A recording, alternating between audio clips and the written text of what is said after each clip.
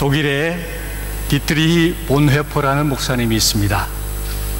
그런 2차 세계대전이 발발하기 전에 이미 신학적인 재능을 인정받아서 미국에 초청받아서 활동을 하고 있었던 때였습니다. 그러는 중에 조국 독일이 세계를 향해서 전쟁을 일으켰다는, 세계대전을 일으켰다는 소식을 듣게 됩니다. 다른 동료들은 안전한 미국 땅에서 머물기를 원했지만은, 그러나 내가 고난 중에 있는 우리 민족과 함께 하지 않고 어찌 전쟁 끝난 후에 우리 민족의 정신적인 지도자가 될 수 있겠느냐 하는 생각을 하고, 그는 당시 서슬퍼런 나치 총통인 히틀러 암살 음모에 가담하게 됩니다. 결국은 체포되어서 베를린 감옥에 갇히게 됩니다. 그 감옥에서 마지막으로 남긴 그의 시가 유명한 나는 누구인가 라는 시가 있습니다. 오늘 시간 소개하기로 하겠습니다. 나는 누구인가? 그들이 종종 말하기를 내가 감방에서 걸어 나올 때 마치 왕이 자기의 성에서 걸어 나오듯 침착하고 활기차고 당당하다고 한다. 나는 누구인가? 그들이 종종 말하기를 내가 간수에게 말을 건널 때 마치 내게 명령하는 권한이라도 있는 듯 자유롭고 다정하고 분명하다고 한다. 나는 누구인가? 그들이 또한 말하기를 내가 불행한 날들을 견디면서 마치 승리에 익숙한 자처럼 평화롭고 미소 지으며 자연스럽다고 한다. 나는 정말 다른 이들이 말하는 그런 존재인가? 아니면 다만 나 자신이 알고 있는 자에 지나지 않는가? 새장에 갇힌 새처럼 불안하게 뭔가를 갈망하다 병이 들고 손들이 나의 목을 조르고 있는 듯 숨가쁘게 몸부림치고 빛깔과 꽃들과 새소리를 갈구하며 부드러운 말과 인간적인 친근함을 그리워하고 사소한 모욕에도 분노로 치를 떠는, 그리고 위대한 사건들을 간절히 고대하고 저 멀리 있는 친구들을 그리워하다 한없이 슬퍼하고 기도하고 생각하고 글쓰는 일에 지치고 텅 빈 무기력하게 그 모든 것과 이별할 채비를 갖춘 그런 존재. 나는 누구인가? 이것인가 저것인가? 오늘은 이런 인간이고 내일은 다른 인간인가? 아니면은 동시에 둘 다인가? 타인 앞에서는 위선자이고 자기 자신 앞에서는 경멸할 수밖에 없는 가련한 약자인가? 아니면 이미 성취된 승리로부터 혼돈 가운데로 도망치는 내 속에 여전히 살아있는 폐잔병 같은 그 무엇인가? 나는 누구인가? 이 고독한 물음이 나를 비웃는다. 하지만 내가 누구이든 하나님은 아신다. 내가 하나님의 소유임을. 본회퍼 목사님은 이 시에서 세 가지의 자신의 모습을 바라봅니다. 첫째는 남이 보는 나의 모습입니다. 30대의 나이에 서슬퍼런 나치에 대항하는 당당하고 용감하고 영웅적인 모습, 황제 같은 그런 모습. 그러나 둘째로 정반대의 모습, 자신이 자신의 내면을 바라볼 때는 폐잔병처럼 조그마한 것에서도 두려워 떨고 미래에 대해서도 불안해하고 그런 폐잔병의 모습을 스스로 인정합니다. 그런가 하면 세 번째, 하나님이 보시는 나의 모습. 하나님이 보실 때에는 이도 저도 아닌 하나님의 소유, 하나님의 자녀라는 모습으로 자신을 자리매김합니다. 때로는 영웅적인 모습을 보이기도 하고 때로는 인간적인 실존적인 그 자신의 모습 앞에서 폐잔병처럼 그렇게 느낌을 받을지라도 그는 자신이 하나님의 소유라는 사실을 분명하게 확인하고 위로와 소망을 가지는 것을 볼 수가 있습니다. 오늘 본문은 우리가 잘 아는 교회 역사상 가장 위대한 사도 바울의 회신 장면입니다. 청년 사울은 열렬한 유대교인이었습니다. 유대교의 특징은 이미 메시아가 오셨음에도 불구하고 아직도 메시아를 기다리고 있는 것이 유대교의 특징인데, 그 당시에 예수님께서 이미 오셨다고 메시아를 믿는 그리스도인들의 무리가 있었기 때문에 그의 눈에는 메시아를 믿는, 예수를 믿는 그 무리들은 이단에 불과했고 죽어야 마땅하는 그런 박해의 대상이 되었던 것입니다. 1절에 보면은 본문에, 오늘 본문이 길어서 다 읽지는 못했는데요, 1절에 사울이 주의 제자들을 대하여 여전히 위협과 살기가 등등하여, 2절 3절에 보면은 그리스도인 이단자들을 잡아들이려고 다메섹까지 추격을 해서 달려가서 박해를 합니다. 그런데 갑자기 하늘에서 강한 빛이 사울에게 비치더니 소리가 들립니다. 사울아, 사울아, 내가 어찌하여 나를 핍박하느냐? 사울이 묻습니다. 주여, 누이시니이까? 5절에 나는 내가 핍박하는 예수라. 그 순간 사울은 자신이 핍박하는 예수님이 자신이 지금까지 기다리고 있었던 메시아인 것을 깨닫게 됩니다. 이후에 그의 삶은 이전과는 전혀 다른 모습으로 바뀌게 됩니다. 15절에 보면은 주께서 가라사대, 가라, 이 사람은 내 이름을 열방과 열왕들과 이스라엘 자손들 앞에 전하기 위하여 택한 나의 그릇이라. 예수 믿는 자를 핍박하던 사울이 이제는 반대로 예수 그리스도를 증거하는 증거자가 됩니다. 19절에 사울이 다메섹에 있는 제자들과 함께 며칠 있을새 즉시로 각 회당에서 예수의 하나님의 아들이심을 전파하니 듣는 사람이 다 놀라 말하되, 이 사람이 예루살렘에서 이 이름 부르는 사람을 해하던 자가 아니더냐? 대제사장들에게 끌어가고자 함이 아니냐? 사울은 힘을 더 얻어 예수를 그리스도라 증명하여 다메섹에 사는 유대인들을 당혹해 하더라. 본문 속에 사울의 모습도 세 가지 모습을 볼 수가 있습니다. 첫째는 자신이 보는 사도 사울 자신의 모습, 자신을 기준으로 하는 지극히 주관적인 모습입니다. 다메섹을 향하여 달리는 사울, 그가 보는 자신의 모습은 전통적인 뼈대에 있는 베냐민 지파의 가문 출신이고 당대의 최강대국인 로마의 시민권을 선포한 그런 인물입니다. 유대인 최대의 가말리엘의 문화생으로 최고의 학벌도 지녔습니다. 게다가 신앙적으로도 철저한 유대교인으로서 하나님께 열심을 내었고 사회적으로 성공하고 시간과 생명을 바쳐서 충성을 다하는 신실한 젊은이.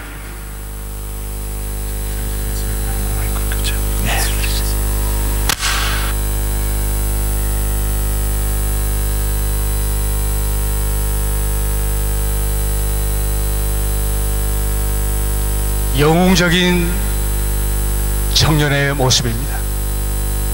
사회적으로도 종교적으로도 성공한, 아마 오늘에 이런 사람이 있다 할지라도 우리는 그를 모든 면에서 성공한 사람으로 칭찬할지 모릅니다. 그러나 이러한 사울로 인해서 나타난 결과는 무엇입니까? 예수 그리스도를 따르는 많은 신실한 신앙인들이 그로 인해서 결박을 당하고 해를 입게 되었습니다. 결국 이러한 자신의 모습만 보고 살아가는 사람은 다른 사람에게는 피해를 입히고 고통을 남겨줍니다. 그런데다가 심지어 하나님을 위한 일을, 하나님을 위해 열심히 달려가지만은 그러나 하나님을 오히려 대적하는 삶을 살게 되는 것을 볼 수가 있습니다. 두 번째는 다른 사람이 보는 사울의 모습입니다. 타인의 입장에서 보는 객관적인 모습. 13절에 아나니아가 말합니다. 주여, 이 사람에 대하여 내가 여러 사람에게 들어싸운즉 그가 예루살렘에서 주의 성도들에게 적지 않은 해를 끼쳤다 하더니 여기서도 주의 이름을 부르는 모든 자를 결박할 권세를 대제사장에게 받았나이다. 성도들에게 피해를, 하나님을 박해하는, 사실 사도 바울 스스로는 그때 당시는 아직 사울이죠. 사울 청년 스스로는 조금 더 생각하지 않았던 그런 자신의 모습, 객관적으로 다른 신실한 사람들의 모습 속에서는 자신은 박해자요, 핍박자요, 오히려 생명을 죽이는 폭군이요. 예수님도 이 모습을 지적해 줍니다. 사울아, 사울아, 내가 어찌하여 나를 핍박하느냐. 남이 보는 나의 모습은 객관적인 모습입니다.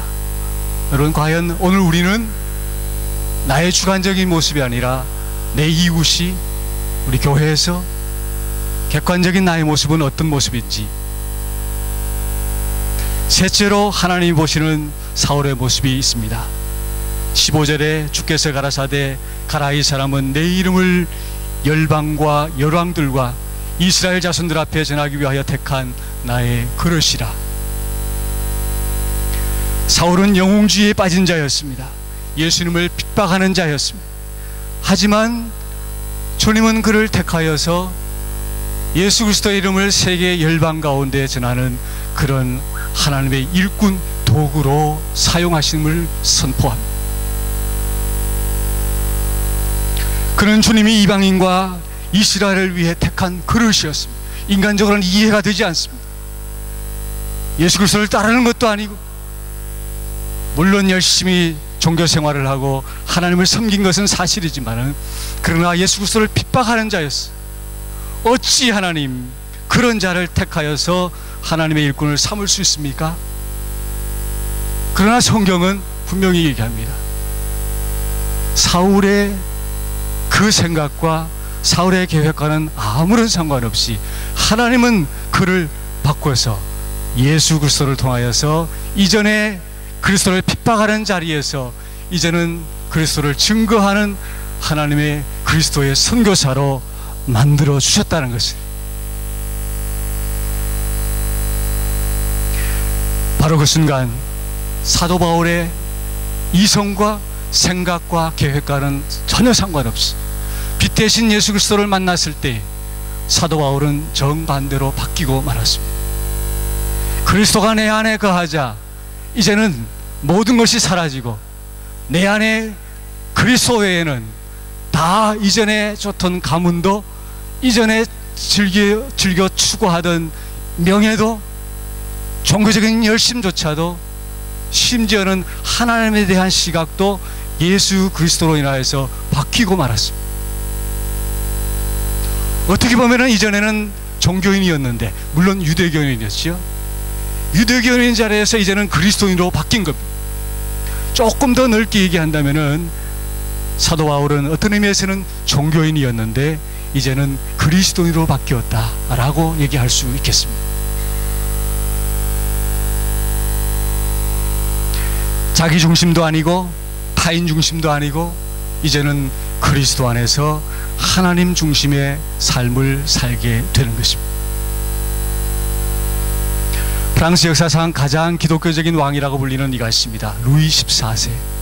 우리는 프랑스에 살기 때문에 그의 통치와 그의 힘과 그의 영향력을 알 수가 있습니다. 14세, 루이 14세, 어린 나이에 왕이 되어서 73년간 프랑스를 통치한 프랑스에서 가장 위대한 왕, 강력한 왕, 그래서 태양왕.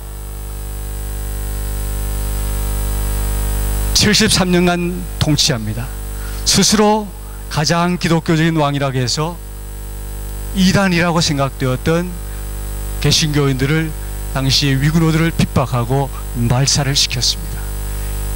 프랑스 내에서는 캐톨릭 외에는 모든 종교들은 이단이라고 정죄하고 그리고 모든 개신교인들은 다 죽이든지 아니면은 도망을 가든지 이 땅에서 개신교인들은 말살을 시키도록 그렇게 칙령을 내렸습니다. 1685년부터 그 이후에 프랑스 대혁명이 일어나기까지 한 100여 년간 프랑스는 이 루이 14세의 이 칙령 하에서 모든 개신교인들이 핍박을 당하고 죽고 도망을 가고 피난을 가서 이 땅에는 기독교인들이, 개신교인들이 보기 어려운 그런 역사적인 상황이 되었습니다. 자신은 열심을 다해서 이 땅의 가장 기독교인적인 왕으로 하나님을 향해서 신앙심을 발휘했지만은, 그러나 하나님의 눈에 볼 때, 그리스도의 눈에 볼 때는 그는 그리스도를 핍박하는 자요 하나님을 대적하는 자였던 것입니다.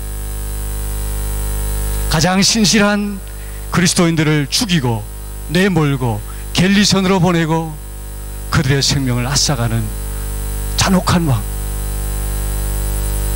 어쩌면 사울의 모습과도 흡사한 그런 모습이 아닌가 생각이 됩니다.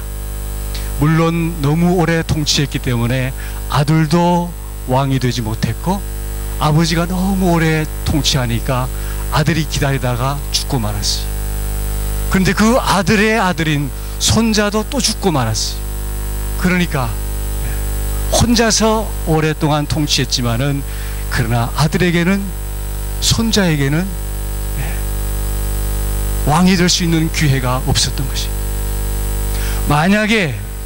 만약에 철가면의 주인공이 정말로 루이 14세의 쌍둥이 형이었던 것이 분명하다면 그 형에게도 왕이 될 수 있는 권한이 있었을 텐데, 그 권한도 빼앗은 거 아니에요? 남의 것을 다 빼앗아서 나만 독차지했을 때의 역사는 어떻게 됩니까? 그로 인해서 프랑스 대혁명이 100년 후에 일어나게 되는 것입니다. 만약에, 물론 역사에 만약이란 말이 있을 수가 없겠지만은, 만약에 루이 14세가 개신교인들을 핍박하지 않고 종교개혁을 받아들여서 개신교인들을 다 그 땅에서 신앙의 자유를 가지고 살아갈 수 있도록 정책을 폈다면, 할아버지 앙리 까트르가 발표해 놓은 낭트 칙령을 그대로 준수했더라면 아마 이 땅에는 프랑스 대혁명이 없었지 않을까, 저는 그렇게 추측을 해봅니다. 충분히 가능성이 있습니다. 그 모든 짐을 다 지고 그의 또 그 후대인 루이 16세 단두대의 이슬로 사라지고 맙니다. 그가 저질러 놓은 모든 책임을 지고 그 후손들이 다 그냥 지나가는 법이 없어요. 나는 누렸지만은 그 후대가, 그 형제가, 내 식구가, 아니 그 민족이, 그 속에 있는 신실한 그리스도인들이 그 모든 고통을 짊어지고 갔던 것입니다. 루이 14세가 이런 모습들을 정말로 알고 있었을까? 아마 몰랐다고 생각이 돼요. 정말 그런 걸 자기가, 내가 이런 왕이라는 걸 알았다면 그러지 않았겠죠. 여러분, 모든 것을 그리스도 안에서 하나님 중심으로 보실 수 있기를 바랍니다. 전능하시고 공의로우시고 사랑이 많으시고 그리스도 안에서 나타난 하나님, 그냥 전능하시고 주권적이시고 그냥 삼위일체 하나님 가운데서도 그냥 성부 하나님, 그것이 아니라 성자 안에서 성령을 통해서 나타나신, 십자가에 나타나신 삼위일체 하나님을 우리는 볼 수 있어야 합니다. 그럴 때 우리는 지나친 영웅주의에 빠지지 않습니다. 그리고 반대로 어려움에 처할 때에 지나치게 또 반대로 실패할 때에 패배주의에 빠지지도 않고, 성공할 때나 실패할 때나 언제나 변함없는 삼위일체 하나님께서, 성부 하나님, 성자 하나님, 성령 하나님께서 나의 모든 생애를 지으시고 운행하실 뿐만 아니라 또한 지금도 지키시고 계시고 마지막에 결국은 모든 것을 완성해 주신다는 이런 확고한 믿음 안에서 우리는 어떤 상황 가운데서도 성공한 자리에서 교만하지 않고 실패한 자리에서 좌절하지도 않고 세상에서 가장 존귀한 사람, 하나님의 눈으로 볼 때 하나님은 우리를 하나님의 형상으로, 그 말은 하나님 다음으로 지었다는 말과 같은 겁니다. 하나님의 형상, 어떤 모습이 아니라 어떤 성품, 단순한 성품도 아니라 이 세상에서는 유일하게 하나님의 모습을 닮은 하나님 다음 가는 존재로 우리를 지으셨다는 말씀을 성경은 하나님의 형상으로 만들었다라고 표현을 합니다.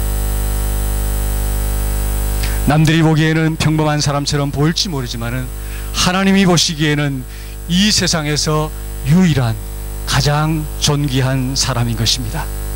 이 세상에 하나밖에 없는 신묘막직한 존재, 이사야 선지자는 그렇게 표현합니다. 시편에서도 하나밖에 없는 독특한 존재, 한 사람 한 사람을 위한 계획도 가지고 계신다. 빌립보서 1장에서. 오늘 본문에 보니까 우리 모두는 사울처럼 하나님이 택한 그릇이다. 또한 이렇게 말씀해 줍니다. 택한 그릇이라 말은 하나님의 선택을 얘기합니다. 하나님을 선택을 말할 때 우리는 반드시 생각해야 될 것이 또 한 가지가 있습니다. 하나님께서 왜 어떤 사람은 선택하고 어떤 사람은 예정하고 또 어떤 사람은 버리고 어떤 사람은 유기해버리느냐. 짤방의 사상 가운데, 성경의 사상 가운데 우리가 가장 오해하는 교리가 바로 이 예정교리, 선택교리입니다. 그런데 예정교리와 선택교리는 반드시 짝이 되는 교리가 있어요. 이게 뭐냐면은 하나님의 일반 은총교리입니다. 하나님의 일반 은총교리를 생각하지 않고 예정을 생각할 수 없고 선택을 말할 수가 없어요.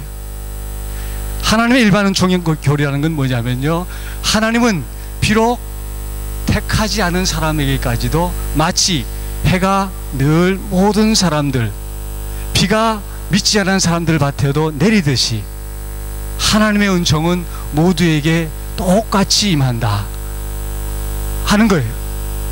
그 말이 맞지요? 하나님의 은총은 모든 사람들에게 늘 같이 임합니다. 그것도 풍성하게 임해요.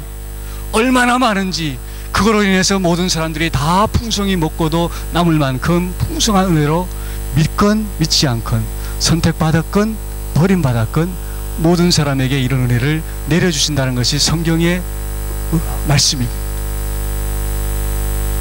그래서 어떤 사람들은요, 이것을 가지고 이런 얘기를 해요. 어떤 CEO가 성공한 CEO 사장이었는데 그 사람이 직장을 그만두고 숲에 들어갔는데 숲 속에서 뭔가가 굉장한 진리를 깨달았다는 겁니다. 그것이 바로 숲으로 들어간, 직장을 버리고 숲으로 들어간 그의 이유였는데 그의 얘기를 간증처럼 들은 적이 있습니다.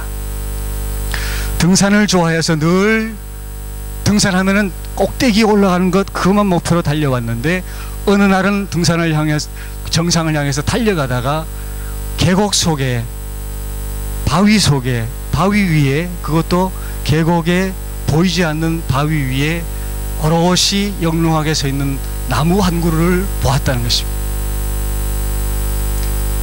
정상에 있는 큰 산과 바위와 꽃과 이런 것들만 최고로 삼고 있던 그에게 그 골짜기에서 정말 악조건 속에서 아무도 알아주지 않는 그 속에서 오롯이 영롱하게 자라고 있는 나무 한 그루, 깊은 계곡 속에 물도 없는, 흙도 없는 바위 위에, 그런데도 상식적으로라면은 그 나무는 자랄 수도 없고 자라도 뒤틀려서 말이에요, 자그만하든지 그러지 않더라는 거예요. 그 모습을 보는 순간 이 사장이 그 자리에 멈추고 말았어요. 아니 이게 뭐냐, 자연 속에 나타난 놀라운 하나님의 신의 섭리를 그 한 그루의 나무를 통해서 본인은 느꼈다는 것입니다. 그래서 자기는 하나님을 믿는 신앙인은 아닌데 이 한 그루의 나무를 통해서 신이 존재하고, 그리고 신이 작은 미물에도 불구하고 모든 사람, 모든 미물에게까지도 은혜를 내려주시는 분이라는 것을 믿게 되었다라고 간증을 하는 것을 보았습니다. 어떻게 보면요, 우리는 이 일에 아멘할 수 있어요. 목사로서도, 우리 성도로서, 불신자가 그것을 보고 하나님을 느꼈다니 얼마나 기특한 일이에요. 다행한 일이에요. 그러나 성경 말하기를 그것은 올바로 하나님을 믿는 것이 아니라고 얘기를 합니다. 왜냐? 그는 자연을 통해서 그 속에 희미하게 하나님의 형상을 보았을 뿐이지, 분명한 계시를 통하여서, 말씀을 통하여서 예수 그리스도를 만났고 영접한 것은 아니기 때문에 차이점이 분명하죠. 사도 바울의 이전의 모습이 바로 그런 모습이었어요. 하나님을 알았어요. 사도 바울이 오늘 본문에 보니까 유대인들을 당혹해 하더라. 유대인들을 당혹해 하더라. 사도 바울의 전도의 첫 번째 대상은 이교도가 아니었어요. 하나님을 믿는 유대인들.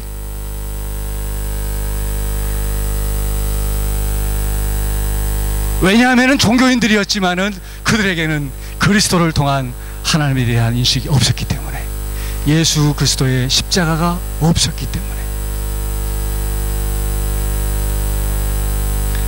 오늘 우리는 종교인과 그리스도인을 오늘 본문을 통하여서도, 사도 바울의 모습을 통해서, 이 세이오의 모습을 통해서도 분명하게 분별할 수 있어야 되겠습니다.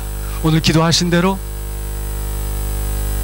예수 그리스도를 통한 회심의 역사가 웨일즈뿐만 아니라 오늘 이 자리에, 오늘 우리에게 분명하게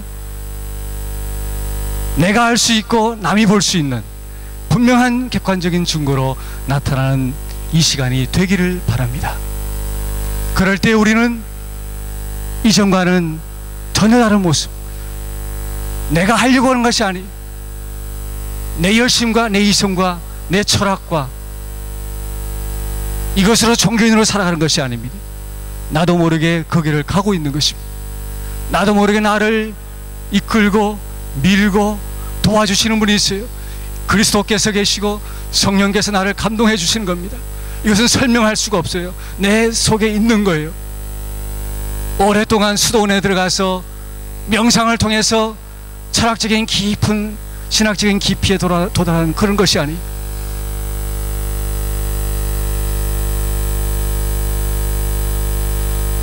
결론을 내립니다.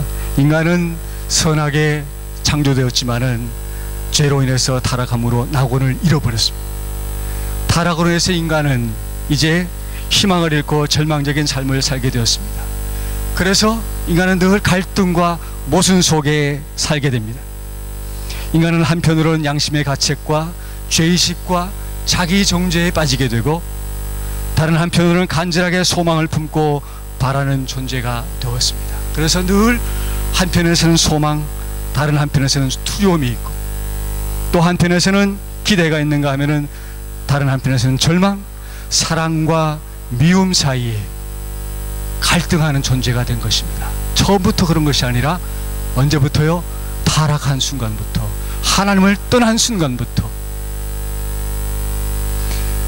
비록 그가 종교인이라 할지라도, 유대인이라 할지라도, 아니 기독교인이라 할지라도 예수 그리스도를 만나지 못했다면 우리는 늘 이러한 갈등 가운데 종교인으로서 살아갈 수밖에 없는 그런 우리의 자아상을 보게 됩니다. 하지만은 예수 그리스도를 통해서 청년 사울처럼 분명하게 십자가에 달리신, 나를 위해서 십자가에 달리신 예수 그리스도를 내가 만나게 된다면은 이제부터는 나의 삶은 나의 의사와 나의 어떤 계획과 나의 포부와 이 모든 것과는 나의 능력조차도 상관없이 그리스도께서 나를 지배하시고 그리스도의 계획이 나의 계획이 되고 그리스도의 모든 가는 길이 내 목표가 되는 것입니다.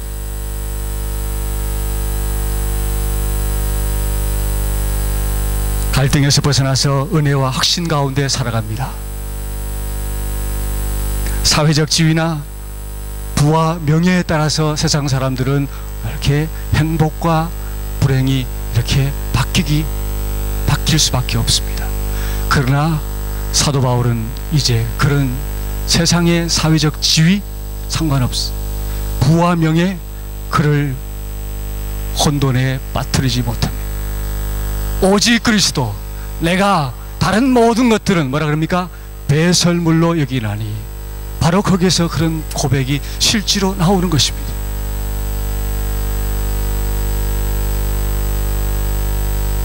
자신이 구원받은 존재이며 구원받았을 뿐만 아니라 이제는 그리스도를 증거하는 하나님의 택함 받은 도구로서 분명하게 확신하고 이제는 그 삶을 즉시 살아가는, 이제부터는 자신의 야망이 아니라 하나님께서 주신 그 사명을 위해 헌신하는 삶을 살게 됩니다. 잠언 16장 9절에 사람이 마음으로 자기의 길을 계획할지라도 그 걸음을 인도하시는 이는 여호와시니. 우리는 이 말씀을 붙들어야 합니다. 내가 계획하는 그것은 아무리 크고 위대하고 심지어 하나님을 위한 것이라 할지라도 그것은 무너지게 되어 있습니다. 사울의 모든 계획이 무너졌듯이, 그러나 우리는 이제는 그리스도를 내 마음속에 모시고 하나님이 원하시는 그 뜻을 향하여서 하나님의 그 뜻과 하나님의 그 계획을 위해서 먼저 그것을 위해서 달려가는 사람, 그러므로서 이 세상의 모든 것을 소유할 수 있는 사람. 사도 바울의 뒤를 이어서 베드로 역시, 그 이전이죠. 베드로 역시 베드로 2장 9절에서 이렇게 말합니다. 오직 너희는 택하신 족속이요 왕같은 제사장들이요 거룩한 나라요 하나님의 소유된 백성이니 이는 너희를 어두운 데서 불러내어 그의 기이한 빛에 들어가게 하신 자의 아름다운 덕을 선전하게 하려 하심이라.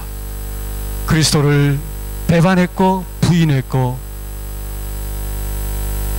그리스도를 떠났던 베드로의 모습이 이렇게 바뀌었습니다. 베드로가 한 것이 아니에요. 오늘 내가 이렇게 그리스도의 증거자로 주님의 택한 그릇으로 서게 된 것은 내가 한 것이 아닙니다.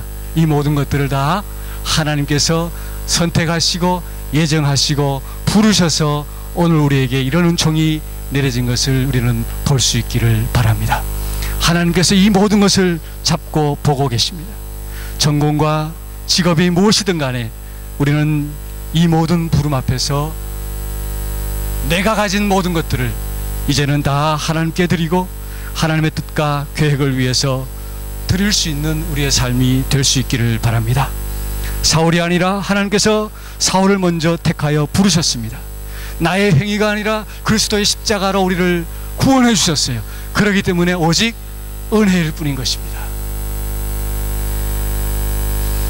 그리스도의 십자가로 하나님의 은혜로, 그러므로 나의 나된 것은 오직 하나님의 은혜입니다. 우리를 구원하신 하나님은 또한 온 천하 만민을 구원하시기 위해서 우리를 선교의 장소로 부르십니다. 우리를 이 자리에서 이 하나님의 선교의 부름에 예외인 사람은 아무도 없습니다. 그리스도의 제자는 곧 그리스도의 증거자입니다. 나의 택한 그릇, 이 땅 가운데 그리스도를 오직 유일한 구원자로 선포하고 그를 증거하기 위하여 부름받은 하나님의 택하신 선교의 도구, 우리의 전공과 직업이 무엇이든 그 모든 것을 하나님께 드릴 수 있기를 바랍니다.